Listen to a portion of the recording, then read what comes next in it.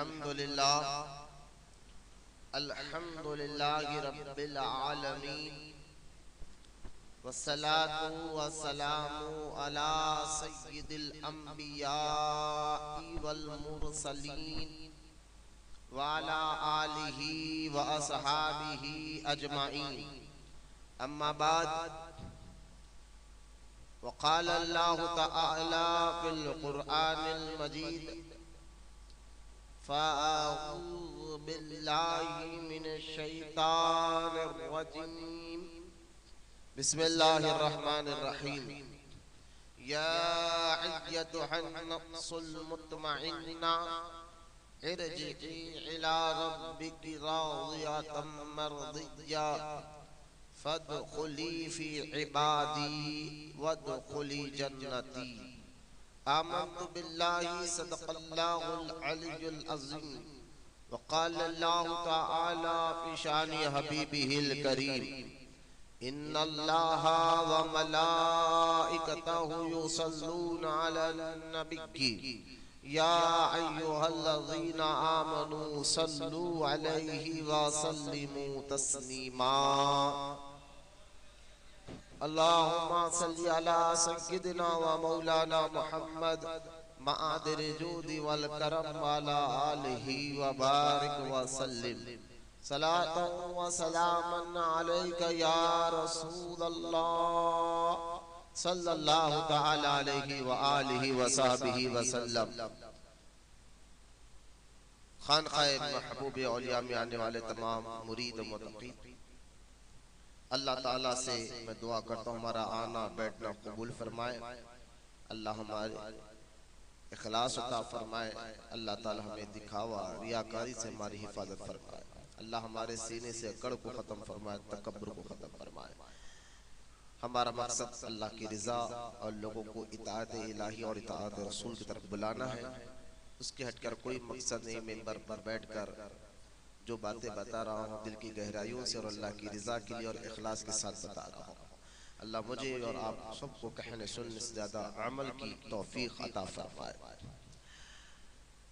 गुज़िश्ता इतवार ऐलान हुआ था कि हम यौम अबू बकर सिद्दीक़ रज़ियल्लाहु ताला अन्हु मनाएंगे, लेकिन थोड़ा सा तारीख के कंफ्यूज में और जहन से मेरे निकल जाने की वजह से असल में खलीफतुल मुस्लिमीन बादल अंबिया बित्तहक़ीक़ हज़रत सय्यदना अबू बकर सिद्दीक़ रज़ियल्लाहु ताला अन्हु को यौम वफ़ात यूँ समझो उर्स मुबारक जो है अगले महीने जमाअत सानी की 22 तारीख को है।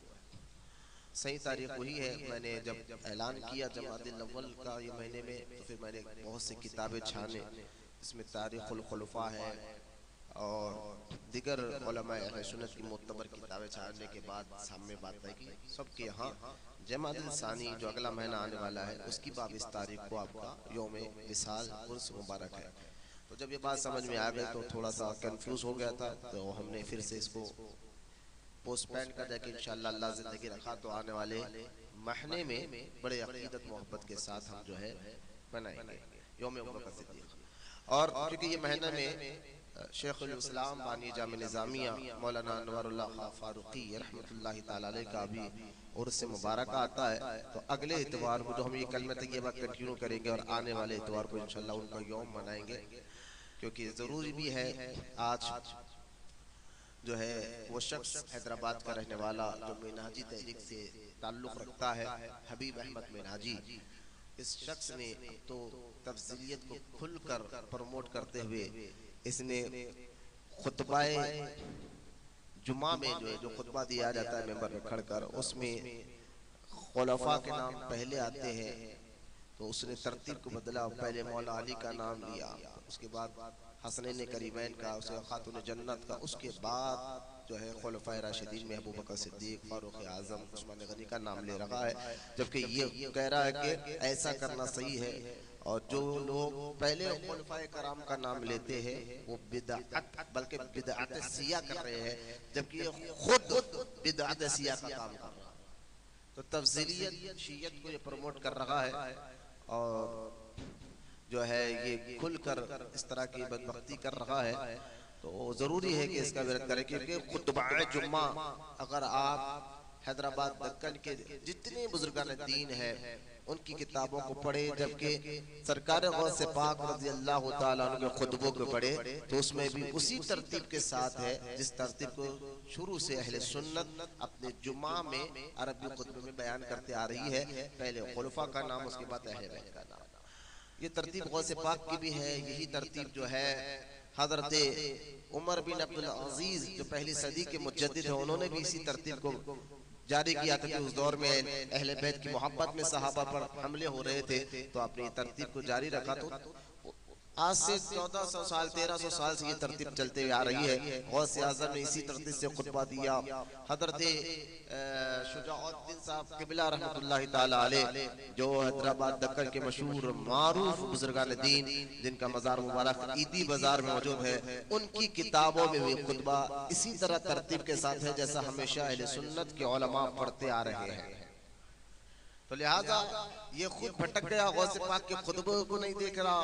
इतने बड़े बुजुर्गान दीन मीर शुजाउद्दीन साहब क़िबला रहमतुल्लाहि ताला अलैह इनके ये खुतबों को नहीं देख रहा और खुलकर ये बदबख्ती कर रहा है। तो खैर अल्लाह ताला इसके शर फितने से हर अहले सुन्नत व जमात के हर सुन्नी मुसलमान के ईमान और अकीदे की हिफाजत फरमाए। लिहाजा ये भी एक बहुत तवील बात है, इंशाअल्लाह उसके पर मैं थोड़ा सा मवाद जमा कर रहा हूँ, जिसमें से 2 हवाले मैंने दिए। हुज़ूर गौस पाक के खुतबों में जब आप फुतूहुल गैब पढ़ेंगे तो इसी तरतीब से मिलेगा। और शुजाउद्दीन साहब क़िबला रहमतुल्लाहि ताला अलैह के खुतबों की किताब है, वही तरतीब मिलेगी जो अल्हम्दुलिल्लाह हम पढ़ते आ रहे हैं कि पहले अबू बकर सिद्दीक का नाम, उसके उमर फारूक आज़म का नाम, उसके बाद उस्मान गनी का नाम, उसके बाद मौलाए कायनात का नाम, उसके बाद हसनैन करीमैन और खातून जन्नत का नाम। ये तरतीब गौस पाक की भी रही, यही तरतीब शुजाउद्दीन बाबा अलैहि रहमा की रही, यही तरतीब अहले सुन्नत व जमात के अकाबिर औलिया उलमा का शुरू से यही तरीका रहा है। इंशाअल्लाह यही तरीका जारी और सारी रहेगा, क्योंकि फितनों का दौर है। तो हमारे खानखा में जहाँ अकीदे की बात होती है तो यहाँ पर थोड़ी सी इसकी वजाहत भी करना लाजिम और जरूरी था, मैंने इसकी वजाहत कर दी है। लगातार हमारा 2 इतवार से बयान चल रहा है नमाज की हकीकत पर, जिसमें हमने बातिनी आदाब पर बात की है। नमाज के क्या बातिनी शराइत है, ज़ाहिरी शराइत जिनका सीखना हर मुसलमान मर्द और औरत पर लाजिम और जरूरी है, जिसके नमाज के 6 शराइत 7 फराइज़ अल्हम्दुलिल्लाह नबी साहब इसको पर बयान करते रहते हैं। वो तो हम ज़ाहिरी शराइत जिनके बगैर नमाज ही शुरू नहीं होती है वो तो लाजिम है, जरूरी है हर मुसलमान मर्द औरत के लिए सीखना, क्योंकि इबादत देख कर नहीं सीखने से आती है। देख के पढ़ना और है, सीख कर पढ़ना और है। जब बंदा सीख कर नमाज पढ़ता है तो फिर उसके आसार और उसके असरात यानी उस इबादत का असर जिस्म और रूह और दिल दिमाग पर जारी और सारी हो जाता है। लिहाजा 2 इतवार हमने अल्लाह के फजल और उसके अता से जो है नमाज की हकीकत के बातिनी शराइत में सबसे अहम शर्त जो है खुशू और खुज़ू यानी दिल लगाकर इबादत करना, दिमाग को हाजिर रखकर दिल को हाजिर रखकर अल्लाह की मोहब्बत में इबादत करना, पूरी तवज्जो के साथ नमाज पढ़ना, इस पर हमने गुफ्तगू की। और मैंने ये भी बात कहा था खुशू और खुज़ू अल्लाह की अता से अल्लाह से दुआ करते रह के, अल्लाह से नमाज ही भी नहीं, खुशू और खुज़ू का मतलब दिल लगाकर तवज्जो के साथ अल्लाह की तरफ मुतवज्जो होकर इबादत करने का नाम खुशू और खुज़ू है। लिहाजा ये सिर्फ नमाज में नहीं हर अमल में अल्लाह हमें अमल की तौफीक अता फरमाए। हम चाहे यहाँ आ रहे हो तो हमारे अंदर खुशी और खुशू होना, यार अल्लाह की मोहब्बत में आ रहे हैं, यहाँ बैठ रहे हो अल्लाह की मोहब्बत अल्लाह की रजा के लिए आ रहे हैं, तो एक जज्बा एक शौक हमारे अंदर ये पैदा होना चाहिए। इसलिए अक्सर मैं कहता हूँ इबादत का शौक बंदे के जिस्म में पैदा हो जाए तो फिर कोई इबादत उसको भारी नजर नहीं आती, बल्कि हर नेकी उसको आसान नजर आ जाती है जब शौक पैदा हो जाए इबादत का, क्योंकि शौक हर मुश्किल को आसान कर देता है, हर तकलीफ तकलीफ को आसान कर देता है। बंदे को किसी चीज का शौक हो जाए तो फिर वो काम करने में उसको कोई दिक्कत परेशानी तकलीफ उठानी नहीं पड़ती है। वो चाहे कितनी की दूर जाना पड़े तो वो अपने शौक की तकमील करने के लिए वो दूर चला जाता है और काम कर कर आता है। तो पता क्या चला, हर काम के पीछे एक शौक होता है, उस शौक को पैदा कर कर बंदा वो काम करता है। तो लिहाजा इसी तरह आखिरत के लिए, अल्लाह की रजा के लिए इबादत में अल्लाह हमें शौक अता फरमाए इबादत करने का। लिहाजा आज का उन्वान है इंसान, नफ्स, शैतान। ये तीन चीजें आज को लाजिम समझना है, क्योंकि कुरान पाक के मैंने गुज़िश्ता इतवार में बताया था जितने नबी महबूस हुए हैं, फिर मेरे आका सल्लल्लाहु ताला अलैहि वसल्लम को अल्लाह ताला ने महबूस फरमाया, तो आपको के बारे में कुरान पाक कहता है यतलू अलैहिम आयातिही युज़क्कीहिम। ये नबी तीन काम के लिए आए हैं। नबी की ड्यूटी तीन होती, कामों की जिम्मेदारी अहम होती है। ये हम जिस नबी का कलमा पढ़ते हैं इसके लिए इतना जानना लाजिम और जरूरी है। वो तीन काम क्या है जो नबी की जिम्मेदारी और ड्यूटी होती है अल्लाह की जानिब से? वो एक, वो कुरान अल्लाह का कलाम पढ़कर सुनाते हैं। दूसरा, उसका माना और तर्जुमा कर कर बताते हैं। तीसरा, लोगों के दिलों को पाक करते हैं। लिहाजा ये तीन तरतीब को आप गौर करें तो आज, क्योंकि हमारे बातिन के अंदर जो अखलाक रजीला गलत आदतें अंदर जमा है। अखलाक रजीला की बहुत बड़ी लंबी लिस्ट है। अखलाक रजीला यानी गंदी आदतें, दूसरे लफ्जों में उसमें गलत आदतें, अच्छी आदतें नहीं, गलत आदतों को कहते हैं अखलाक रजीला।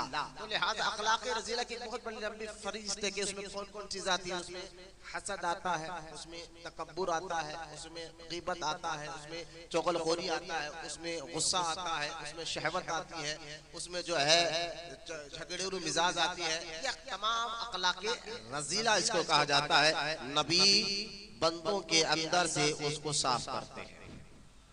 बोले वहां पर सुभान अल्लाह। और एक होता है अखलाक़े हमीदा। अखलाक़े हमीदा मतलब अच्छी आदतें, अच्छी अखलाक जो हमारे बातिन में पैदा होना चाहिए, दिल दिमाग में पैदा होना चाहिए। वो क्या है? सब्र है, शुक्र है, अल्लाह की रजा पर राजी रहना है, मुसीबत के वक्त सब्र करना है, और जो है शुक्र करना है, और जो है गुस्से को काबू करना है, अच्छे अखलाक पैदा करना है। इसको अखलाक़े हमीदा कहते हैं। एक बंदा नमाज पढ़े कि उसके अंदर तब्दीली ना आए और उसकी मिजाज में तब्दीली नहीं, अखलाक़े रज़ीला गलत आदतें नहीं निकले, तो नमाज में कोई गड़बड़ी नहीं है, इसके बातिन खराब है। और नमाज को इसने जाहिर और बातिन तरह से सीख कर नहीं पढ़ा, वरना नमाज में अल्लाह ताला ने ऐसा असर रखा है, जो बंदा सीख कर नमाज पढ़ता है उसके जाहिर के साथ साथ उसके बातिन के अंदर से अखलाक़े रज़ीला गंदी आदतें खुद ब खुद लिखना शुरू हो जाता है। अखलाक़े रज़ीला हटाने के लिए अल्लाह ताला ने फिर जरिए बनाए, गंदी आदतें बाहर निकालने के लिए अल्लाह ताला ने जरिए बनाए हैं। उन जरियों में नमाज है, रोजा है, हज है, ज़कात है, सब्र है, शुक्र है, ये सारे वो जरिए जिसके जरिए से बंदे के अंदर अच्छे अखलाक पैदा होते हैं और अखलाक हमीदा पैदा होते हैं। और जितना अखलाक हमीदा में बंदा मजबूत होते जाता रहता है, उतना उसकी रूहानी तरक्की होते जाते रहते हैं, रूहानियत के एतबार से ऊंचा होते रहता है। तो जाहिर में नमाज और बातिन में गंदगी हो तो ये सोफिया का तरीका नहीं रहा, मशाइखीन का तरीका नहीं रहा। खानखाओं में यही तो मिजाज दी जाती है कि जाहिर के साथ साथ बातिन भी उसका साफ और सुथरा हो। जाहिर में तो तहरत है, कपड़े पाक है, जिस्म पाक है, लिबास पाक है, जगह पाक है, नमाज भी पढ़ रहे हैं, लेकिन बातिन की गंदगी कैसे हटेगी? तो बातिन की गंदी आदतें निकालने के लिए ऐसे खानखाओं को रिवाज में लाया गया, ताकि जो है उन जरियों पर बात की जाए जिन जरियों से हमारे बातिन को पाक और साफ, जिसको तस्किया और तस्फिया कहा जाता है, वो मुकम्मल हो। तो उन जरियों में नमाज है, रोजा है, हज है, ज़कात है, अच्छी आदतें है। एक तो ये भी जरिया है, दूसरा अल्लाह के नेक और महबूब बंदे औलिया कराम और औलिया आरिफीन, इनकी सोहबत में बैठने से भी उनके जिस्म से नूर जो निकलता है वो बातिन में सामने मुरीद के अंदर दाखिल होकर उनकी गंदी आदतों को बाहर निकाल कर अच्छी आदतों को दाखिल फरमाता है। तो इसलिए औलिया अल्लाह की पीरो मुर्शिद की सोहबत भी जरूरी है।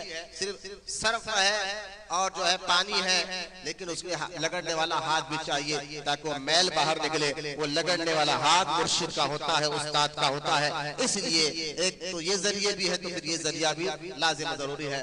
आज मैंने जो उन्वान रखा है कि भाई आपको पता तो चले कि आप इंसान हैं, और इंसान मैंने इससे पहले भी बताया था, इंसान जो है ना ये पूरी कायनात का एक खुलासा है, जमीन आसमान का एक खुलासा इंसान के अंदर मौजूद है। तो आज का उन्वान ये है, अगर इंसान दो चीज से मुरक्कब है, बदन रूह, लेकिन इन तमाम चीजों में आज ये समझना है बदन और रूह के साथ साथ जो है उसके अंदर और भी जो चीजें हैं जिसके बारे में मारिफत यानी उसकी पहचान हासिल करना अल्लाह ताला ने लाजिम और जरूर देखा है। जैसा कि कुरान में अल्लाह ताला इरशाद फरमाता है कि ऐ ईमान वालों, शैतान तुम्हारा खुला दुश्मन है। कुरान के डायरेक्ट आयत मुबारक है, शैतान तुम्हारा खुला दुश्मन है, उसके कदम नक्शे कदम पर मत चलो, उसके साथ साथ मत चलो। अरे भाई कुरान में इधर तवज्जो फरमाए, अल्लाह ताला ऐलान फरमा रहा है, कह रहा है कि शैतान तुम्हारा खुला दुश्मन है। तो आज आप अपनी अक्ल से बात समझ सकते हैं, जो हमारा दुश्मन है वो दुनिया में, तो हम उससे बचने के पूरी तरीके अपनाते हैं, यार ये मेरा दुश्मन है। तो लिहाजा सोचिए, जब हम दुनिया के दुश्मनों से अपने आप को बचा कर रखते हैं, तो जो कुरान में रब कहता है ईमान वालों, शैतान तुम्हारा खुला दुश्मन है, छुपा नहीं, छुपा हुआ दुश्मन है, खुला दुश्मन है, तो उसके बचने के क्या जरिए आपने अपनाए हैं। लिहाजा शैतान तुम्हारे, तो अब जब शैतान है तो इसके बारे में भी मारिफत हासिल करना लाजिम है इंसान को। इंसान के साथ शैतान है, दूसरा नफ्स है, इसके बारे में भी इसकी मारिफत हासिल करना लाजिम है, ताकि जो बंदा शैतान और नफ्स की शरारतों से वाकिफ हो जाए और उसके बचने के जरिए को अपना ले, तो फिर वो बंदा जो है जाहिर और बातिन में मजबूत हो जाता है, उसके अंदर खुशू भी पैदा हो जाता है, उसके अंदर खुजू भी पैदा हो जाता है, और उसके बातिन को अल्लाह पाक को साफ कर अपने करीब और महबूब बना लेता है। जब तक पहचान ना हो तो आप ना दुश्मन से बच सकते हैं, ना आप जो है कोई चीज की पहचान ना हो तो आप उस चीज के से वाकिफ भी ना हो, तो फिर आप बचेंगे कैसे। पहले किसी चीज से बचना है तो उससे पहले वाकिफ होना पड़ता है, वो कौन है, एक तो वो कौन है, दूसरा वो उसकी ताकत कैसी है, और तीसरा वो कि दुश्मन जितना ताकतवर हो तो हमारी अकल भी कहती है उससे बड़े ताकतवर की पनाह मांगना चाहिए, है ना। दुश्मन जितना बड़ा ताकतवर हो तो पनाह भी उससे बड़े वाले के पास आना पड़ते हैं। ऐसा नहीं कि दुश्मन बहुत ताकतवर है, आप छोटे मोटे आदमी के पास जाके पनाह मांग रहे, यार बचाओ, वो क्या करेगा भाई, ताकतवर है दुश्मन, तो उससे बड़े पनाह के पास आओ। तो लिहाजा इंसान के अंदर जो दो चीजें हैं, जैसा कि मैंने कहता सरकार सैयदना अली हजवेरी रहमतुल्लाहि ताला अलैह, हुजूर दाता गंज बख्श लाहौरी रहमतुल्लाहि ताला अलैह, जिनकी किताब कश्फुल मौजूद है, आपने उसमें वो किताब में अपने कश्फ से, अपनी रूहानियत से जो बातें आपने लिखने लगा, कुरान और अहादीस की रोशनी में बड़े पते की बात लिखी है।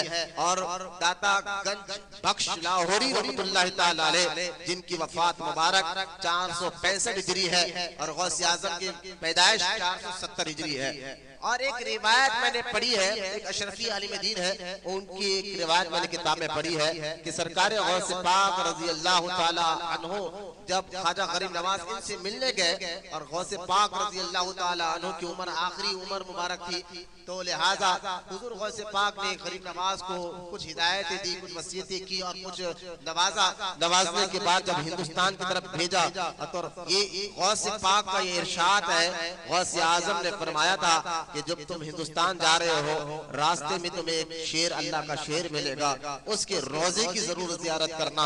तो ख्वाजा गरीब नवाज ने फरमाया था, या शेख अब्दुल कादिर, वो कौन बुजुर्ग है, उनका नाम क्या है? फरमाया उनका नाम अली हजवेरी है, लोग दाता गंज बख्श लाहौरी के नाम से जानते हैं। और ये भी गौसे पाक का कौल मिलता है, गौसे आजम फरमाते हैं अगर जाहिरी जिंदगी में मैं उनसे मुलाकात कर लेता तो मैं उनका मुरीद हो जाता। ये है हुजूर दाता गंज बख्श रहमतुल्लाहि ताला अलैह, उनकी किताब कश्फुल मौजूद। हजरत निजामुद्दीन औलिया रहमतुल्लाहि ताला अलैह फरमाते हैं कि अगर किसी का कोई मुर्शिद नहीं है तो एक किताब को अपना मुर्शिद बना ले। ये किताब मुर्शिद वाला काम करती है। आपकी जो किताब है कश्फुल मौजूद, मुर्शिद वाला काम करती है। ये निजामुद्दीन महबूब इलाही रहमतुल्लाहि ताला अलैह जो है ये आपका फरमान है। और ये ख्वाजागाम ख्वाजा गरीब नवाज 40 दिन हुजूर दाता गंज बख्श लाहौरी रहमतुल्लाहि ताला अलैह के आस्थाने में हाजिर होकर छिल्ला करते हैं। तो ये शेर आपका बड़ा मशहूर है कि गंज बख्शे फैज आलम मजहरे नूरे खुदा नाक़िसा रा रहनुमा पीर कामिल रा रहनुमा। लिहाजा कहने का मकसद ये है कि उनकी किताब में अब इंसान की मारिफत का जरिया बताया गया। देखिए यहाँ पर बहस हुई है कि इंसान तो जिस्म मट्टी और रूह का मजमुआ है, लेकिन उसके अंदर नफ्स है, उसके साथ इब्लीस यानी शैतान भी है। अब सवाल ये उठता है, अब देखिए पहले मैं नफ्स की पहचान कराता हूँ दाता साहब की किताब के जरिए, क्योंकि जो आयत मैंने पढ़ी है कुरान का में इसका जिक्र या तो नफ्सुल मुतमइन्ना, ऐ मुतमइन वाली नफ्स अल्लाह की तरफ आ जा।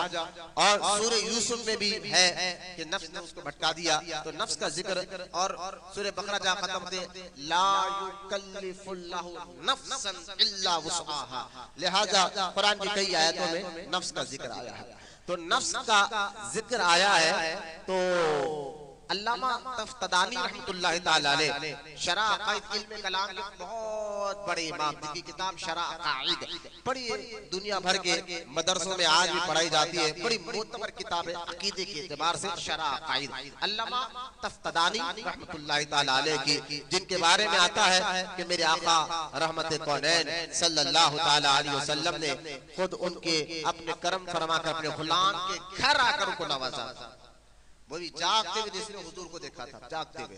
ये अल्लामा तफ्तदानी रहमतुल्लाहि ताला अलैह उनकी किताब शरह अक़ाइद दुनिया भर के मदरसों में बड़े मशहूर और मारूफ किताब है। उसमें पूछा गया कि ये नफ्स क्या है, तो अल्लामा तफ्तदानी रहमतुल्लाहि ताला अलैह और दीगर इल्म कलाम के बड़े बड़े उलमा ने जो अकीदे के बारे में जो उलमा बात करते हैं, तो वो बड़े बड़े उलमा ने कहा नफ्स से मुराद रूह है। मुराद क्या है? रूह है। ये इल्म कलाम के उलमा थोड़ी सी आसान कर मैं बात समझा रहा हूँ, पहले हम मारिफत तो हासिल करें नफ्स और इब्लीस के बारे में, ताकि फिर उसके पता बचने के जरिए अल्लाह हमारे अंदर पैदा फरमाए। लिहाजा अल्लामा तफ्तदानी और दिगर इल्म कलाम के उलमा कहते हैं नफ्स से मुराद रूह है। जैसे इमाम जलालुद्दीन सुयूती भी है रहमतुल्लाहि ताला अलैह, सब ने कहा नफ्स से मुराद रूह है। लेकिन दाता गंज बख्श लाहौरी रहमतुल्लाहि ताला अलैह फरमाते हैं कि देखो नफ्स के मुराद रूह नहीं है, दाता साहब का ये मशाइख़ में थोड़ा सा इख्तिलाफ है। मशाइख़ कहते नहीं, बोले देखिए भाई जिस फील्ड में जो बंदा हो उससे पूछा जाए कि नफ्स क्या है और रूह क्या है ना। तो जो फील्ड में जिन्होंने मुजाहिदा कर अपने आप की मारिफत रब की मारिफत को हासिल करा, नफ्स के बारे में जाना, वो औलिया किराम की जाते मुबारका है। हज़रत दाता साहब ने क्या प्यारे अंदाज से एक मिसाल देकर समझाई कि नफ्स से मुराद रूह है। तो फिर दाता साहब कहते हैं कि फिर तू है क्या का इंसान किस चीज का बंदा और बदन और रूह। तो अब दाता साहब कहते हैं अगर रूह से मुराद नफ्स से मुराद रूह है, लेकिन दाता साहब कहते हैं मुझे एक बात बता, तू खुद कह रहा है कि रूह और जिस्म का मुरक्कब यानी दोनों के मिलने का नाम बंदा है, इसको इंसान कहा जाता है, और लोग कहते हैं कि नफ्स से मुराद रूह है। दाता साहब कहते हैं नहीं, उसकी एक मिसाल देकर समझाते हैं कि सुन, अगर तेरा इंतकाल हो जाए तो तेरे अंदर से एक चीज निकल गई जिसको रूह कहते हैं। जब तेरा इंतकाल हो जाए और तेरे जिस्म से रूह निकल जाए तो लोग क्या कहते हैं, फला इंसान का इंतकाल हो गया, फला इंसान का इंतकाल हो गया। दाता साहब कहते हैं अब गौर कर, रूह निकलने के बाद भी तुझे इंसान कहा जा रहा है। रूह का नाम नफ्स का नाम रूह है, तो रूह तो निकल गई, फिर भी तुझे इंसान क्यों कहा जा रहा है, तुझे बंदा क्यों कहा जा रहा है। ये जुमला दाता साहब ने मांगा। जब इंतकाल हो गया तो बदन कहा जाना चाहिए था, मट्टी कहा जाना चाहिए था, लेकिन इंसान क्यों कहा जा रहा है। अगर नफ्स से मुराद रूह है तो कहा ना, तुझे उस वक्त भी इंसान कहा जाता है, इंतकाल के बाद भी, रूह निकलने के बाद भी तुझे इंसान कहा जा रहा है। अब दाता साहब कहते हैं समझ बात को कि इंसान सिर्फ बदन और रूह का मजमे का नाम नहीं, बल्कि इंसान के अंदर एक और चीज है, वो तीसरी चीज, वो तीनों चीज मिलकर इंसान बनता है। एक रूह, एक बदन और तीसरा होता है नफ्स। दाता साहब कहते हैं नफ्स एक अलग शय है जो इंसान के बदन के अंदर अल्लाह ने पैदा फरमाई। पहले हम नफ्स और शैतान और इंसान, पहले इंसान को समझे तो इंसान का। अब ये बात दाता साहब गंज बख्श लाहौरी रहमतुल्लाह ताला अलैह बयान फरमाते हैं, और फरमाते कि नफ्स जो है ना, तुम्हारे अंदर एक शय है जो अल्लाह ने रखी, एक चीज है। और ये क्या है नफ्स? तो फरमाया कि नफ्स जो है, इसको अल्लाह ताला ने कहा इसकी तरबियत करना है, इसको खत्म नहीं करना है। यकीनन नफ्स जो है तरबियत के लायक होता है, और जब तरबियत मजबूत हो नफ्स की तो फिर रूह ताकतवर होती है और रूह का असर जिस्म पे आना शुरू हो जाता है। तो लिहाजा अब दाता साहब कहते हैं अगर ये बिगड़ा नफ्स, अगर बिगड़ा नफ्स अम्मारा जिसको कहते हैं, अगर ये बिगड़ा तो नफ्स बिगड़ा तो ये इब्लीस को भी पीछे कर देता है। इब्लीस जो है ना तो खुला दुश्मन है। नफ्स अगर बिगड़ा तो इब्लीस भी इसकी ताकत कुछ भी नहीं, इब्लीस भी इसके पीछे हो जाता है। जैसे कि हम बताते यार शैतान भी इसके, हम बोलते हैं ना किसी हरकतों को देखकर यार ऐसी हरकतें इन्हें कर रहा है, शैतान भी इसकी हरकतों को देखकर शर्माता होगा, है ना? हम नहीं बोलते यार, हकीकत में ऐसे लोग हैं आपको मिलेंगे कि शैतान भी सोचता होगा यार मेरे से भी बढ़ के एक हाथ निकल गया। तो नफ्स अगर बिगड़ जाए तो इब्लीस को भी पीछे छोड़ देता है। इसलिए कहा जाता है कि नफ्स इब्लीस का भी उस्ताद है। नफ्स जो है इब्लीस का भी उस्ताद है। बोले वो कैसा?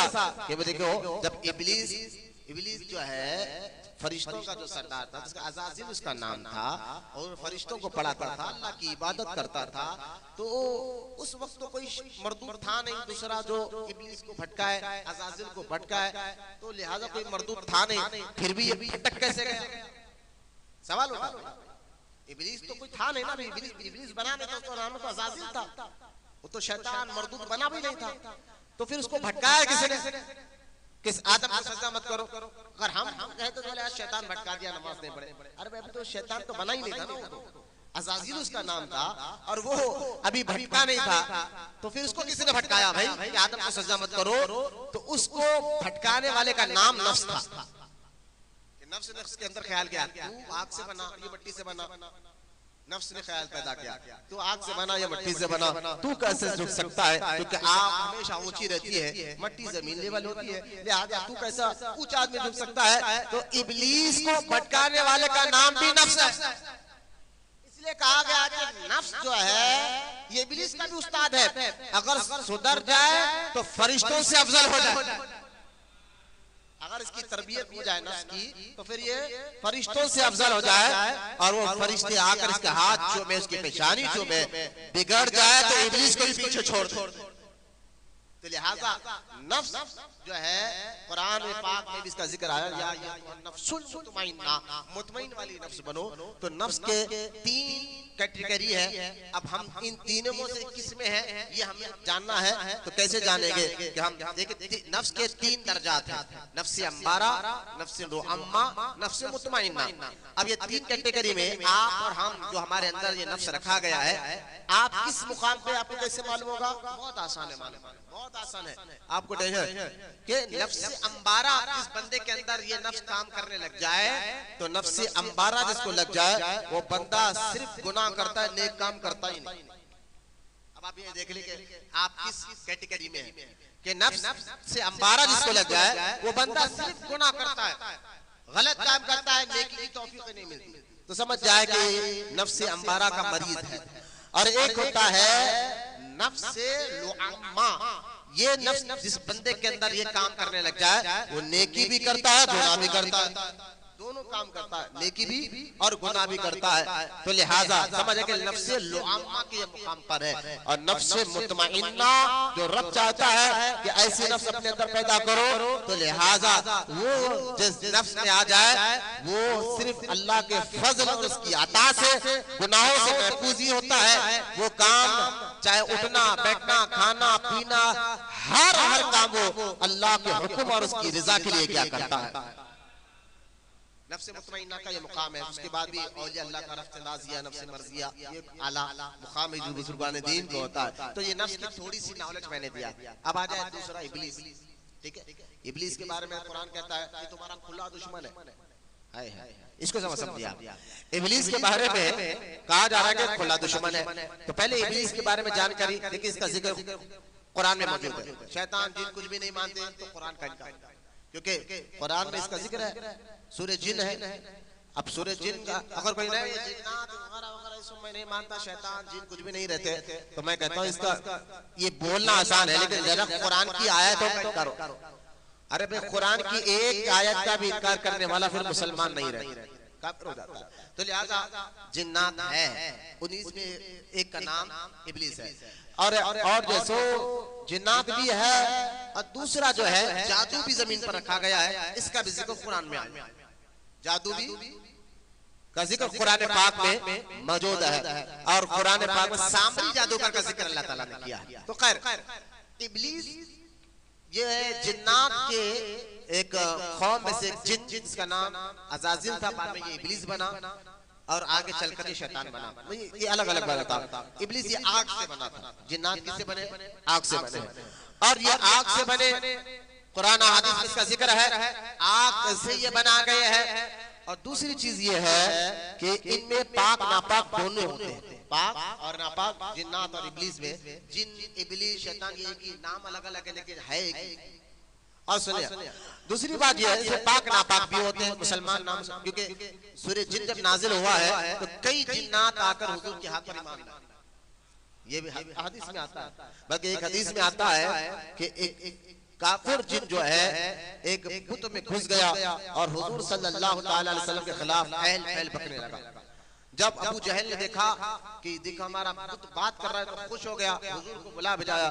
मेरे आका रहमत कौनैन तशरीफ लेकर गए। रास्ते में एक बड़ा हैकल बड़ा इंसान नुमा शख्स हुजूर की बारगाह में रास्ते में मिलता है। हुजूर जा रहे थे अबू जहल की तरफ, रास्ते में मिलकर कहते हैं अस्सलातु वस्सलाम अलैका या रसूल अल्लाह।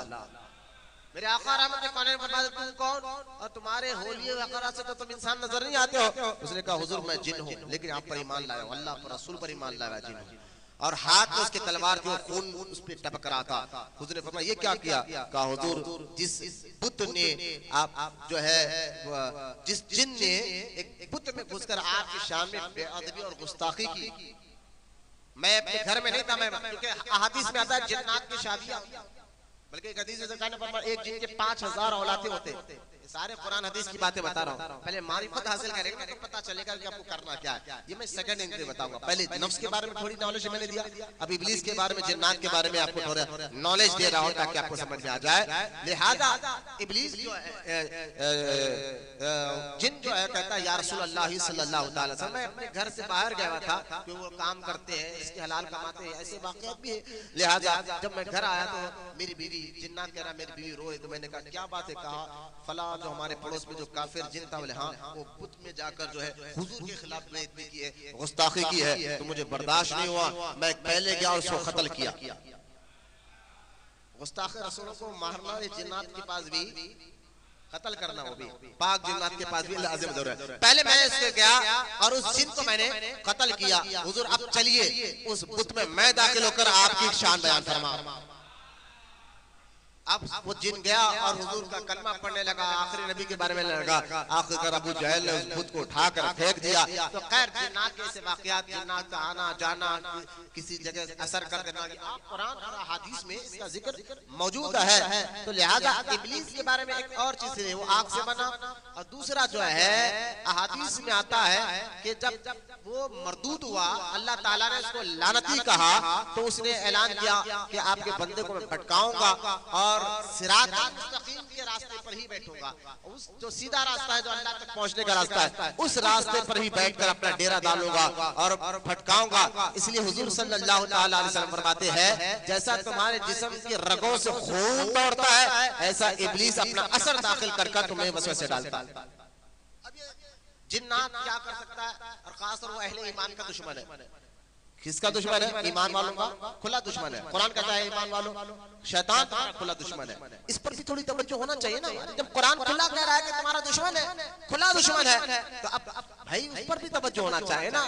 तो लिहाजा अब ये इब्लीस, जब उसका नाम अज़ाज़िल था, असल में जब ये अल्लाह की नाफरमानी करा, आदम अलैहिस्सलाम को सजदा ना किया, ये बड़ी एक तवील अलग बात है, लेकिन अपने मौजू पे आ जाता हो कि लिहाजा अब ये जब इब्लीस बना, इसका नाम असल में इब्लीस है, अज़ाज़िल से ये इब्लीस बना, और शैतान इसका नाम नहीं।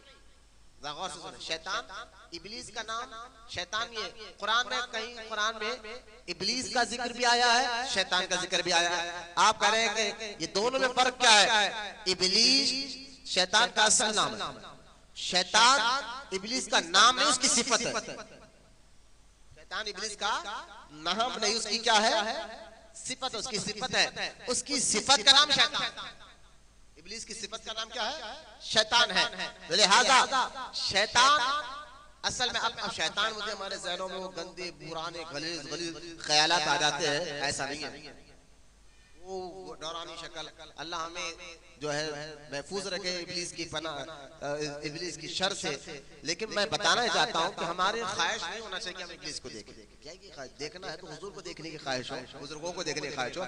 लेकिन जो शैतान मुझे हमारे जहनों में गंदे गंदे शक्लें आती है, ये आज के फिल्में ड्रामों के बनाए हुए एक जो है रील समझिए। वरना जुनैद बगदादी रहमतुल्लाह तआला अलैह से जब इब्लीस मिलने आया था, जुनैद बगदादी से, हुजूर गौसे पाक के दादा पीर से मिलने आया था, तो गौसे आजम के दादा पीर जुनैद बगदादी कहते हैं, मेरे जिस्म के बाल खड़े हैं, जिसमें रोंगटे खड़े हो गए, रोंगटे खड़े, और दिल तेजी से मारने लग गया था। लिहाजा इतने बड़े बुजुर्ग जिनका ईमान और अकीदा अल्लाह से इतना बड़ा मौजूद है, वो कहते वो मेरे करीब आया और एक मुकालमा हुआ दोनों में, बड़ी किताबों में लिखी गई है। लेकिन मैं बताना चाहता हूँ, जुनैद बगदादी वो इब्लीस तुम्हारे करीब आता है तो जिस्म के रोंगटे खड़े हो जाते हैं, दिल तेजी से मारने लग जाता है, तो समझना कोई गलत चीज तुम्हारे नजदीक आई है।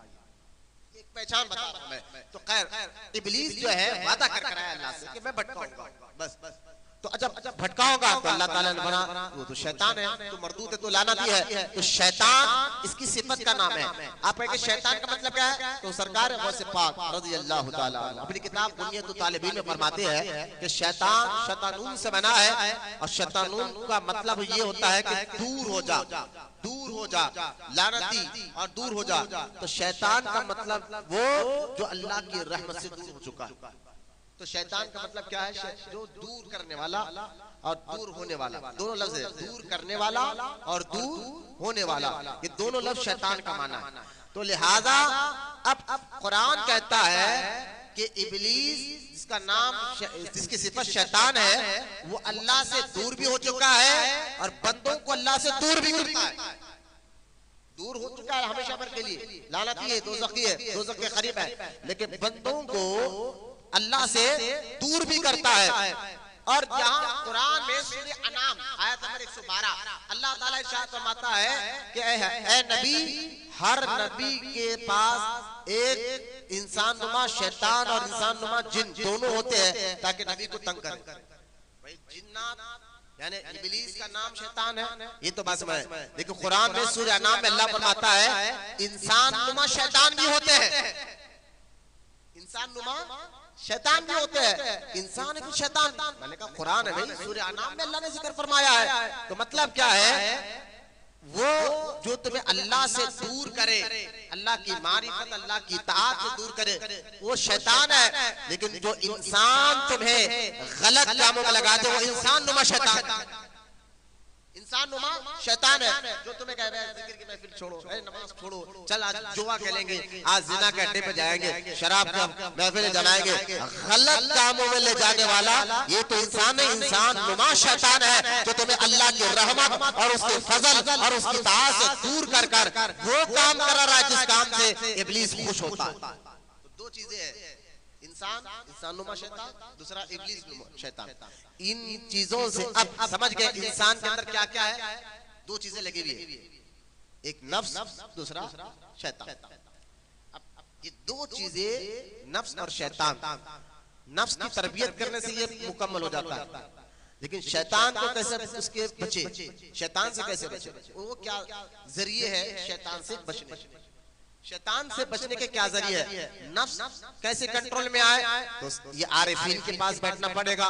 कुरान और अहादीस में नफ्स को कंट्रोल करने के लिए ही तो असल में अल्लाह ताला ने ये इबादतें रखी है, उनमें बेहतरीन इबादत का नाम रोजा भी है, नफ्स कंट्रोल होता है। इसलिए सरकार ने कहा अगर तुम में से कोई गरीब है, शादी नहीं कर सकता, शहवत उछल रहा है, नफ्स बहुत उछल रहा है, रोजे रखा करो, रोजे रखने से शहवत टूटती है। इसलिए रमजान मुबारक का महीना भी रखा गया। मैंने कहा ये नमाज, रोजा, हज, ज़कात तो है, लेकिन साथ ही साथ उस्ताद और पीर का भी साथ हो जाए। वो नफ्स के बारीक से बारीक शरारत से पीर जो आरिफ कामिल होता है वो वाकिफ होता है, बारीक से बारीक शरारत से, जैसा कि आप उनकी दुआओं से फिर नफ्स मुतमइन्ना के मुकाम पर भी आ जाता है। अरे जैसा कि मैं महबूब इलाही का एक वाक़या बताता हूँ। हज़रत सैयदना निज़ामुद्दीन औलिया रहमतुल्लाहि ताला अलैह, आप जो है एक मर्तबा हौज़े शम्सी के पास अक्सर जाया करते थे निज़ामुद्दीन औलिया रहमतुल्लाहि ताला अलैह। हौज़े शम्सी क्या है, ये जो है तुगलक का बनाया हुआ या खिलजी का बनाया हुआ एक पानी का तालाब था। वहां पर किनारे बहुत से बुजुर्गान बैठकर इबादत करते थे, जिसमें ख्वाजा कुतुबुद्दीन बख्तियार काकी भी बड़े बड़े औलिया कराम है। तो उसके बारे में फिर वहाँ हुजूर सल्लल्लाहु ताला अलैहि वसल्लम की तशरीफ आवरी का भी जिक्र किताबें मिलता है। आज भी ये दिल्ली में जहाँ ख्वाजा कुतुबुद्दीन बख्तियार काकी रहमतुल्लाहि ताला अलैह की दरगाह है, वहाँ से थोड़ी दूर आगे पर आज भी ये हौज़े शम्सी का इलाका आज भी मौजूद है, जिसको मेहरवली कहा जाता है दिल्ली में इस वक्त। लिहाजा हज़रत महबूब इलाही अक्सर उस हौज़े शम्सी के किनारे जाया करते थे और जाकर थोड़ा अल्लाह का जिक्र इबादत में लिखते थे। एक बार गए तो देखा कि वहां पर कुछ नौजवान और एक नौजवान के 70 साल का बूढ़ा आदमी उन नौजवान के साथ बैठकर शराब की महफिलें शुरू करा है और पूरे के पूरे शराब में मस्त है। मैं सर नफ्स अम्मारा में डूबे हुए। मैंने कहा नफ्स अगर बिगड़ जाए, इंसान के अंदर गंदी आदतें लाए तो सुधरे कैसा। नमाज रोजा तो है, लेकिन अगर किसी पीर की नजर पड़ जाए, अब वो हरकतें हौज़े शम्सी के किनारे कर रहे थे। महबूब इलाही के मुरीदों ने फरमाया हुजूर ये कैसे लोग हैं, यहाँ अल्लाह के इतने बड़े बड़े और वली आते हैं जाते हैं और यहाँ बैठकर शराब की महफिल जमा रहे। और एक 70 साल का बूढ़े को देखो वो कैसे डीके मार रहा है, उछल उछल के शायरी भी पढ़ रहा है, नशे में धुत है, शराब में धुत है। आप इनके लिए दुआएं जरूर कर दीजिए, बदुआ कर दीजिए। महबूब इलाही रहमतुल्लाहि ताला अलैह एक नजर मुरीदों को देखा, कहा कुछ नहीं कहा, खामोश हो गए। इतने में वो बूढ़ा आदमी था ना 70 साल का, वो महबूब इलाही को देखता है और महबूब इलाही उसको पहचान लेते, वो उसको पहचान लेते। क्यों? क्योंकि वो बचपन का साथी था। निजामुद्दीन औलिया वो बूढ़ा आदमी बचपन का साथी था महबूब इलाही का, और उसने देखा और शायर भी था, वो बचपन का साथी भी था, शायर भी था। उम्र भी 70 साल के करीब हो चुकी थी। तो उसने कहा शायरी में एक जुमला कहा महबूब इलाही को देखकर, कहा निजामुद्दीन तुम तो कहते हैं, मैंने किताबों में तो लिखा है कि सोबत बंदे को बदला देती है। मैं इतने साल तुम्हारी सोबत में रहा, देखो ये बात गलत है, सोबत नहीं बदलाती। मैं तो वही हालत में हूँ, मैं तो वही शराब पी रहा हूँ, ऐसी महफिलें जमा रहा हूँ। शायर ने उसने एक बात की, महबूब इलाही निजामुद्दीन औलिया रहमतुल्लाहि ताला अलैह जब ये जुमला सुना ना कि सोबत का असर कुछ नहीं होता, अब हल्का सा जलाल आपको आ गया है ना। पीर जब अड़ जाए तो खुदा को देना पड़ता है। अब हल्का सा जलाल आपको आ गया। मैं तो खामोश भी बैठना चाहता था, लेकिन इसलिए बात कह दी। उसी वक्त आपने एक दुआ भी फरमाई और ऐसी नजर, जिसको कहते हैं नजर, नजर डालना, नजर में असर होता है ना, नजर में असर होता है। हाँ, बल्कि हदीस में आना सरकार ने फरमाया नजर पत्थर के 2 टुकड़े कर देती है, बल्कि सरकार ने फरमाया नजर तुम्हें खबर तक पहुंचा देती है। जब नजर बुरी नजर में असर होता है तो अच्छी नजर का आलम क्या होगा, नजर में असर होता है। हजरत महबूब इलाही ने दुआ कर कर एक नजर उस बूढ़े आदमी पे डाली तो उसके जिस्म में जो नफ्स अंबारा की कैफियत थी खत्म हुई, थरथराता हुआ, कांपता हुआ, नशा भी उतरा, गंदगी भी खत्म हुई। नजर ने वो कमाल की, ये कहने वाले के क्या खूब कहा तूने पी किताबों से, मैंने पी निगाहों से, फर्क है बहुत आता तेरे मेरे पीने में। आप कहेंगे आज के मुर्शिदों में सच्चे मुरीद की बात कर रहा हूँ, सच्चे मुर्शिद की बात कर रहा हूँ। अगर आप कहेंगे आज के मुर्शिदों में ऐसा नजर नहीं आता, मैंने कहा ऐसा यकीन पैदा कर, मुर्शिद पर ऐसा यकीन भी पैदा कर। आज तो हम जो है फ्री बात करते करते जब सामने वाले को अहमियत देना, अदब करना छोड़ देते, फिर कहते हैं यार छोड़ो हमारी तरह है। अरे भाई हमारी तरह निकाल कर देखो वो नजर से, फिर वो नजर का असर तुम्हारे रूह और जिस्म पर ना हो तो फिर जब तो लिहाजा अब हजरत पीरो महबूब इलाही रहमतुल्लाह तआला नजर डाले, जिस्म का पाप, गंदगी खत्म, नफ्स अम्मारा से मुकाम डायरेक्ट मुतमइन्ना पर आ गया, यानी ऐसा मुतमइन्ना के मुकाम पर आया। आगे बढ़े, हाथ तौबा किया, तौबा कर कर कहा, महबूब इलाही समझ गया सोबत का भी असर होता है और निगाह का भी असर होता है। अच्छा, लोगों ने कहा 70 साल की उम्र में तौबा करके क्या फायदा, रोए वो 70 साल के बूढ़े बहुत रोए और रो के जो है कहने का ठीक है नहीं, लेकिन मैं मेरी इबादत मेरा अमल कुछ नहीं, पीर की निगाहों की सोबत मेरे लिए बहुत बड़ी बात है। लिहाजा अमल इसका मतलब ये नहीं है मुरीद अमल कुछ भी नहीं पीर के साथ होना ना, मतलब ये नहीं था, मतलब अमल के साथ साथ अल्लाह के फजल पर उम्मीद और पीर की निगाह पर नजर करम थी। महबूब इलाही रहमतुल्लाह तआला के मुरीद जो 70 साल की उम्र में तौबा करे और सोबत में रहकर, आप जानते कौन है, जानते कौन है, उनका नाम हजरत सैयदना हसन संजीजी, जिसने महबूब इलाही के मलफूजात फवाइदुल फवाद को लिखा है। काम ये कितना बड़ा लिया गया है, फवाइदुल फवाद जो मलफूजात है महबूब इलाही के, यही हसन संजीजी ने लिखा है, यही बुजुर्ग हसन संजीजी ने लिखा है। और इनके लिखी हुई किताब को देखकर जलालुद्दीन हजरत अमीर खुसरो रहमतुल्लाह अलैह, अमीर खुसरो जैसा शख्स रहमतुल्लाह ताला अलैह, जिनके बारे में महबूब इलाही ने फरमाया था खुसरो क़यामत के दिन अगर अल्लाह पूछेगा महबूब इलाही निजामुद्दीन मेरे लिए क्या लाए हो, मैं तुम्हें पेश कर दूंगा अल्लाह की बारगाह में। इतनी मोहब्बत अमीर खुसरो से महबूब इलाही की थी। वो अमीर खुसरो कहते थे कि हे हसन संजीजी मेरे लिखे हुए सारे कलाम ले, ये फवाइदुल फवाद काश तो मेरे नाम कर देता, तूने काम ऐसा कर दिया यार, इतनी उम्र है तौबा के लिए काम ऐसा कर दिया है।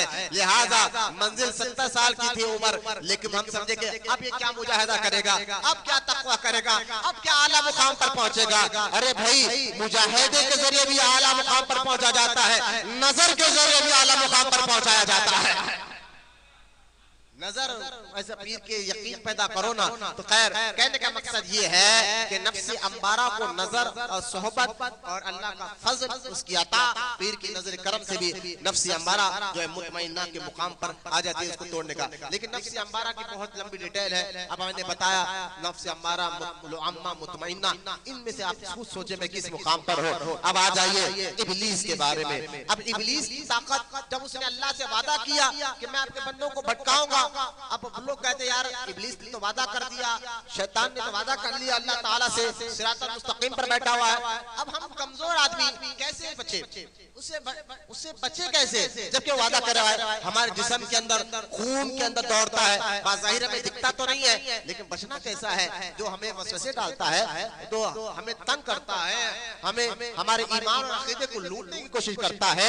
कभी वसवसे डालकर कि अल्लाह पर, रसूल पर, क़यामत पर, आखिरत पर, जन्नत पर, दोज़ख पर, मुर्शिद पर, दरगाहों पर ये वसवसे डालकर हमला कर हमारे ईमान और अकीदे को खराब करता है। ताकतवर भी बहुत है, दिखता भी नहीं है, बचे कैसा। तो सुनो अल्लाह ताला अपने बंदों से 70 माओं से ज्यादा मोहब्बत करने वाला है। उसने कहा घबराओ नहीं मेरे बंदो, आओ मेरे महबूब के उम्मतियों, मैं बताता हूँ तुम्हें उससे बचना कैसा है। कहा मौला बचे कैसा है ताकतवर इब्लीस से। तो कहा अल्लज़ी युवस्विसु फी सुदूरिन नास मिनल जिन्नति वन नास। अल्लाह ताला उन्हें बता दिया कि सुनो अगर बचना है तो अल्लज़ी युवस्विसु फी सुदूरिन नास, इस वसवसे डालने वाले से, तो आऊज़ु बिल्लाहि मिनश शैतानिर रजीम, अल्लाह की पनाह मांग लो। जो अल्लाह की पनाह में आ जाता है वो इब्लीस के शर से महफूज हो जाता है। अल्लाह से पनाह मांगते रहना, अल्लाह से या अल्लाह तू हमें पनाह मिले। भाई इब्लीस ताकतवर है, इतना ताकतवर, तो मैंने कहा ना ये तरीका भी है, दुश्मन जितना ताकतवर हो तो हमें बचने के लिए उससे बड़ा ताकतवर तलाश करना है, हमें बचने के लिए उससे बड़ा ताकतवर तलाश करना है। हजरत कुरान कहता है कि अल्लाह की पनाह मांगो, शैतान मरदूस से और शैतान हुआ इंसानों से भी और इब्लीस मरदूस से भी अल्लाह की पनाह मांगो। और जो अल्लाह ताला की पनाह मांगता है, कुरान और हदीस में जिक्र है, अल्लाह उसको जरूर पनाह अता फरमाता है।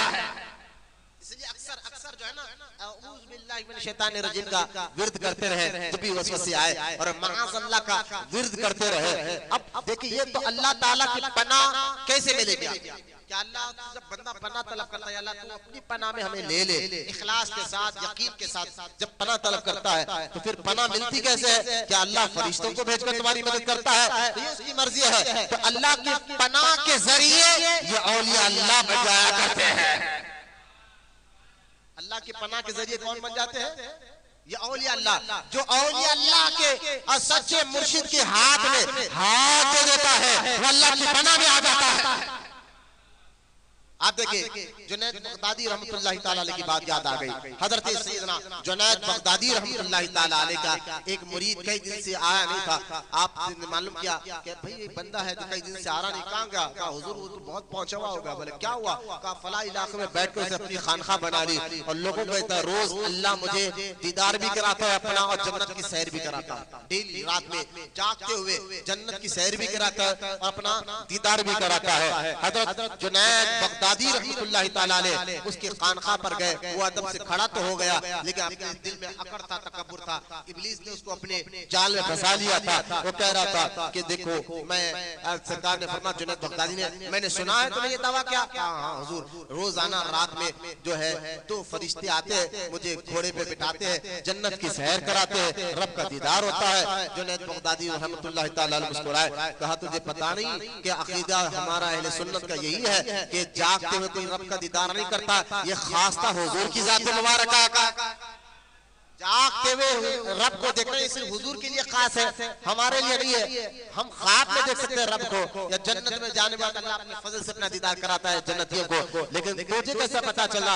कहा हुजूर ये तो मेरे साथ रोज होता है। कहा एक काम कर, अब वो लोग आए और तुझे ले जाकर सवारी में बिठाए तो फौरन तो लाहौल पढ़ लिया कर। आप मुर्शिद के कहने पर रात जब हुई वो दोनों आए, बिठाकर खूबसूरत महलात खूबसूरत जगह गए। मुर्शिद की बात याद आ गई। कहा ला वला कुव्वता इल्ला बिल्लाहिल अज़ीम पड़ा। वो महल खत्म, वो लोग खत्म, बल्कि अपने आप को कचरे की कुंडी में पाया और साथ जो बदपूरी गंदगी जमा हुई है। ये है अल्लाह ताला जब इब्लीस से किसी को पनाह देना चाहता है वो जरिए बना देता है। अल्लाह की पनाह के जरिए औलिया अल्लाह है। औज़ बिल्लाहि मिनश शैतानिर रजीम पर आप बुजुर्गों की तारीफ बयान कर सकते हैं। अल्लाह की पनाह हम मांग रहे हैं, पनाह मिलेगी कैसे? तो अल्लाह ताला की पनाह के जरिए औलिया अल्लाह है। ये बुजुर्गान दीन और ये आस्थाने, तो जो इनके आस्थाने में आ जाता है, जो इनके पास आ जाता है वो अल्लाह की पनाह में आ जाता है, वो अल्लाह की पनाह में आ जाता है। लिहाजा मैंने कहा अल्लाह ताला की पनाह ये औलिया अल्लाह के आस्थाने भी है, ये बुजुर्गान दीन के पीर और मुर्शिद का दामन भी है जो अल्लाह ताला की पनाह में आ जाता है। जो अल्लाह की पनाह में आने के जरिए ये बुजुर्गान दीन के आस्थाने हैं। अलगरज कुरान और अहादीस में इब्लीस से बचने का बार बार हुक्म दिया गया है। जैसा कि मैंने आपको बताया बचे कैसा, तो एक सच्चे मुर्शिद के हाथ में हाथ देने से अब अल्लाह की पनाह में आ जाते हैं।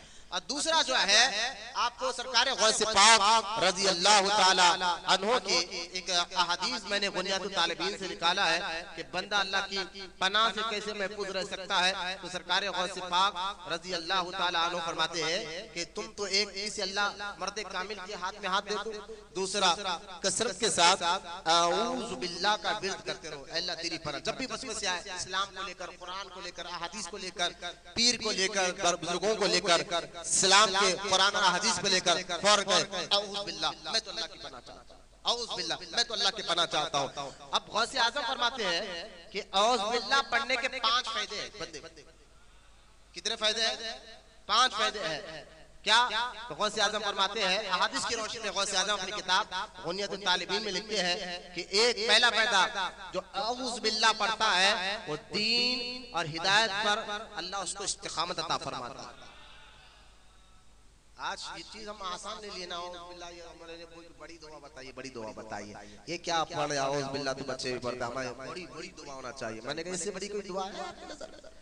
जिसके पढ़ने से आपका ईमान और इस दीन पर इस्तेकामत अल्लाह ताला, इससे बड़ी दुआ है, सबसे बड़ी करामत तो वही की है ना। थोड़ा औज़ बिल्लाह को हमने बहुत हल्के में ले लिया, माज़अल्लाह, छोड़ो ये क्या, मैंने कहा ये बहुत बड़ी दुआ है जनाब। गौसे आज़म के 5 फायदे गौसे आज़म अपनी किताब में बयान फरमा रहे हैं कि पहला फरमाया कि औज़ बिल्लाह पढ़ने से दीन और हिदायत पर इस्तेकामत मिलती है। दूसरा, शैतान मरदूद के शर और उसके फसाद से अल्लाह उसकी बचाव करता है, शैतान मरदूद के शर और फसाद से बचाओ। तीसरा कि अल्लाह की पनाह के मजबूत किले और कुर्ब के मुकाम पर वो दाखिल हो जाता है। अल्लाह की पनाह के मजबूत किला और अल्लाह के करीब यानी कुर्ब के मुकाम पर वो दाखिल हो जाता है। और चौथा, पैगंबरों, सिद्दीकों, शहीदों, सालिहीन के साथ अल्लाह उसका मुकाम को रखता है, यानी उनकी क़यामत के दिन उनके साथ उठाएगा। लिहाजा और पांचवा कि मालिक जमीन और आसमान की इमदाद का उसूल, यानी जमीन और आसमान के इमदाद का वो जरिया, जमीन और आसमान की इमदाद का वो उसूल बन जाता है, यानी जमीन आसमान का मालिक कब भी उसके किसी भी जरिए उसको अपनी पनाह अता फरमा देता है। ये 5 जरिए आपने बताए। फिर गौसे आज़म फरमाते हैं कि शैतान लईन मरदूद ने अल्लाह से कहा मैं तेरे बंदे को आगे पीछे दाएं बाएं से बचाऊंगा, लिहाजा नीचे ऊपर का लफ्ज़ नहीं लिया। तो यहाँ निगाह की हिफाजत के बारे में हजरत गौसे पाक रज़ी अल्लाह ताला अन्हो जो है यहाँ पर भी बहुत प्यारी बात आप बयान फरमाते हैं। लिहाजा यहाँ एक और बात मैं आपको बताना ये चाहता था कि अल्लाह की पनाह मांगने का जो रिवायत आता है, एक रिवायत में आता है कि तो यहाँ गौसे आज़म फिर पढ़ते हैं, एक तो औज़ बिल्लाह पढ़ने से अल्लाह की पनाह मिलती है, और दूसरा गौसे पाक वही बात कि तुम अक्सर आरिफों के साथ रहा करो। गौसे आज़म फरमाते हैं, अब देखो आरिफ अल्लाह के वलियों आरिफों के साथ रहा करो, क्यों कि आरिफों के सीने से निकलने वाला खुदा का नूर इब्लीस के वार को कमजोर कर तुम्हारे अंदर से निकाल देता है। फिर उसकी दलील क्या दे रहे हैं? गौसे आज़म उसकी दलील भी दे रहे हैं। ये आपने कह दिया ऐसे कैसा भाई, तो गौसे आज़म उसकी दलील दे रहे हैं। फरमाते हैं क्या तुमने वो नहीं सुना जिनके बारे में मेरे आका ने इरशाद फरमाया, उमर तुझे देखकर शैतान भाग जाता है। क्या दलील आप गौसे आज़म दे रहे हैं? फरमाते क्या तूने नहीं सुना कि गौसे आज़म फरमाते क्या तूने नहीं देखा? अगर कोई आरिफों के जरिए से तुम्हारा अल्लाह के वलियों के जरिए से इब्लीस की पनाह कैसे, इब्लीस से अल्लाह पनाह कैसे देता है? तो अल्लाह गौसे आज़म फरमाते क्या तुझे पता नहीं कि उमर को देखकर शैतान भाग जाता था? क्यों? क्योंकि उमर के दिल में जो ईमानी और रूहानी नूर था उसके वो ताब नहीं ला जा सकता था, इसलिए वो रास्ता बदल दिया करता था। गौसे आज़म फरमाते हैं बस इसी किसी सच्चे पीरे कामिल की सोहबत में रहने से बंदा अल्लाह की पनाह में आ जाया करता है, अल्लाह की पनाह में आ जाया करता है। लिहाजा ये 2 चीजें, औज़ बिल्लाह का विर्द करना और जो है किसी मुर्शिद के हाथ में हाथ देने से, क्योंकि इब्लीस तुम्हारा खुला दुश्मन है। 300 मरतबा हुजूर गौसे आज़म को उसने भटकाने की कोशिश की। कितने मरतबा? गौसे पाक को भटकाने की कोशिश, वो किसी को नहीं छोड़ता। आलिम को आलिम बनकर भटकाता, जाहिल को जाहिल बनकर भटकाता। गुस्से में उसकी हथियार क्या है? गुस्सा। मैं भी आपको बताऊंगा। बाद लोग गुस्से में जो, इसलिए कहना गुस्सा कहीं इबादत है तो कहीं पर हराम है। बाद लोग गुस्से में जो मुका बोल देते हैं मुर्शिद को, दरगाहों को। कब क्या बोलना है इसलिए कहा ना, कब क्या बोलना है तो गुस्से को कटो, क्योंकि गुस्सा भी इब्लीस का हथियार है जो बंदे को भटकाता है। गौसे पाक को 300 मरतबा भटकाया। लेकिन मैं यहाँ नफ्स की बता रहे एक बात बताता हूँ। देखिए कि जान ले के दिल एक किले के माने, दिल की एक मिसाल क्या है? वो एक किला, मिसाल दीजिए जिस्म और उसके अंदर दिल एक किले की तरह, और यूं समझे कि किले के चारों तरफ दुश्मन खड़े हैं और वो किले को कब्जा करना चाहते हैं अंदर जाकर, यानी दिल को कब्जा करना चाहते हैं अंदर जाकर। तो अब कब्जा कर, अब जरूरी है कि किले के पास सख्त चौकसी और हिफाजत, किले की हिफाजत के लिए क्या करते हैं? सख्त चौकसी होती है, हिफाजत के लिए चौकीदार को बिठाया जाता है। शैतान दाखिल होने के रास्तों से मजबूत करके खिले, यानी शैतानी कोई शैतान अंदर दाखिल ना हो, इसलिए उसको मजबूत मिसाल दी गई है। किला है, किले के बाहर दुश्मन है, दुश्मन अंदर आना चाहते हैं तो किले की हिफाजत के लिए पूरी चौकसी की गई है, पूरी होशियारी के साथ खड़े ताकि दुश्मन किसी भी जरिए से अंदर दाखिल ना हो। तो ये इस्लाम कहते हैं, इमाम मोहम्मद गजाली कहते हैं, ये दिल की मिसाल, दिल तुम्हारा किला है, उसके अंदर दाखिल होने के लिए इब्लीस पूरी पूरी पूरी ताकत लगाता है। तो जो मजबूत जो होशियार होता है उसके बाद कहता है। तो हर मुकल्लफ इंसान पर फर्ज है, फर्ज आइन है, जो चीज फर्ज तक पहुंचने का जरिया आला हो तो उसको भी फर्ज है। यानी मालूम हुआ शैतान के वसवसे को रोकने के लिए उसके दाखिल होने के रास्तों की मारिफत जरूरी है, इसलिए मारिफत भी फर्ज है। शैतान के दिल में दाखिल होने के दरवाजे बंद की सिफत जो कि बहुत ज्यादा है, लेकिन हम यहाँ चंद बड़े दरवाजों की तरफ इशारा करते हैं। वो कौन से रास्ते हैं जिस रास्ते को खोखला कर शैतान तुम्हारे अंदर दाखिल होकर तुम्हारे दिल यानी खिले को, तुम्हारे बदन को कब्जा कर तुम्हें अल्लाह उसके रसूल का नाफरमान बना सकता है। तो रास्ते कौन से हैं?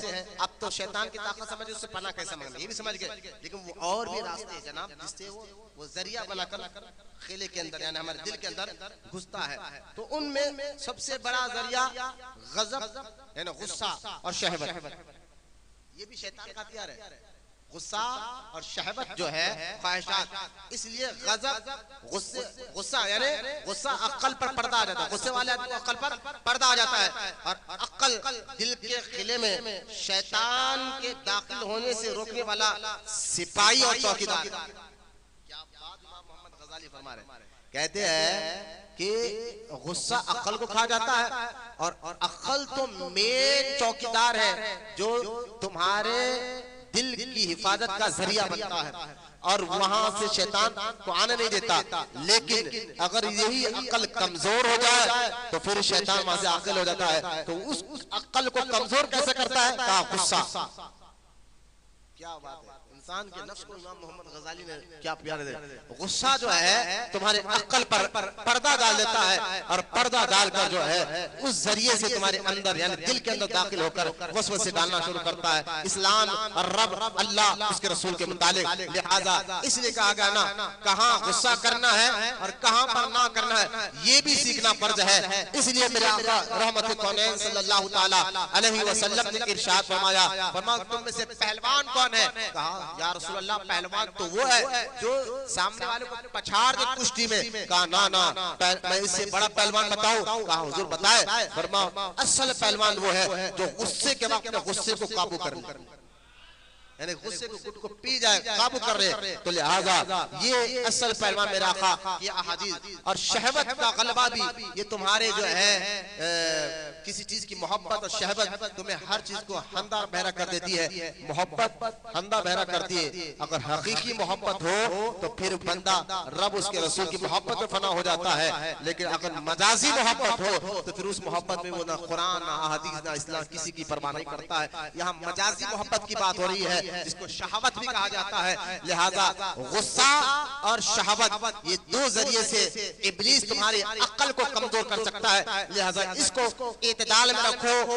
गुस्सा कहाँ करना है वहां करो और जहां खामोश रहना है वहां खामोश रहो और मोहब्बत जिससे करना है उनसे करो। इससे तुम्हारी अक्ल रोशन होती है और इब्लीस का जो मेन हमला चौकीदार को खत्म करने का अक्ल है वो वहां से नाकाम होकर पलट जाया करता है। लिहाजा शैतान के रास्ते को रोकने के लिए बहुत सी चीजें हैं। फिर यहाँ पर पेट भर कर खाना भी है और जो है अपनी खुद पसंदी भी है, जल्दबाजी भी है और दुनियावी मोहब्बत भी है। तो तमाम चीजें ऐसे हैं जो तुम्हारे, क्योंकि वक्त खत्म हो गया कि हम जिक्र पढ़ेंगे, अल्लाह हमें तौफीक दे तो आने वाले इतवार को इंशाअल्लाह उर्स बानी जामी निजामिया का हम इत्तेमाद करेंगे इंशाअल्लाह व्हाट्सएप के जरिए। तो लिहाजा यहाँ तो मैंने इंसान नफ्स और शैतान के मुतालिक बताया। तो इब्लीस से पनाह मांगने के जरिए तलाश करते रहे, अल्लाह की पनाह मांगे। इब्लीस मरदूद से, शैतान मरदूद से अल्लाह की पनाह मांगे और अल्लाह ताला की पनाह के जरिए ये औज़ बिल्लाह भी इसकी कसरत करे और ये अल्लाह के नेक बंदों की सोहबत भी अख्तियार करे। इससे तुम इब्लीस और शैतान मरदूद की जो है भटकावे से अल्लाह की पनाह में आ जाते हैं। ये तमाम बातें एक मुरीद को, एक सालिक को, एक अल्लाह और उसके रसूल से सच्ची मोहब्बत करने वाले को, सिरात मुस्तकीम पर चलने वालों को इन तमाम चीजों की मारिफत पहचान होना जरूरी था, लाजिम था।